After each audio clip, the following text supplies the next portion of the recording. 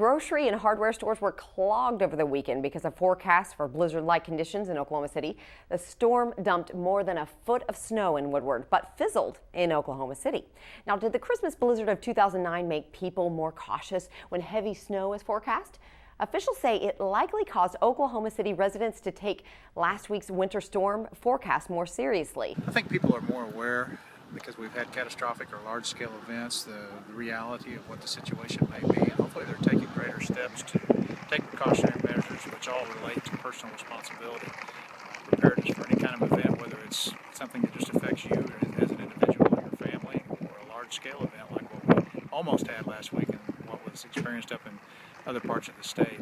Personal responsibility is a bottom-line issue. People need to prepare for those things and need to be thinking ahead. That 72-hour period of preparedness is very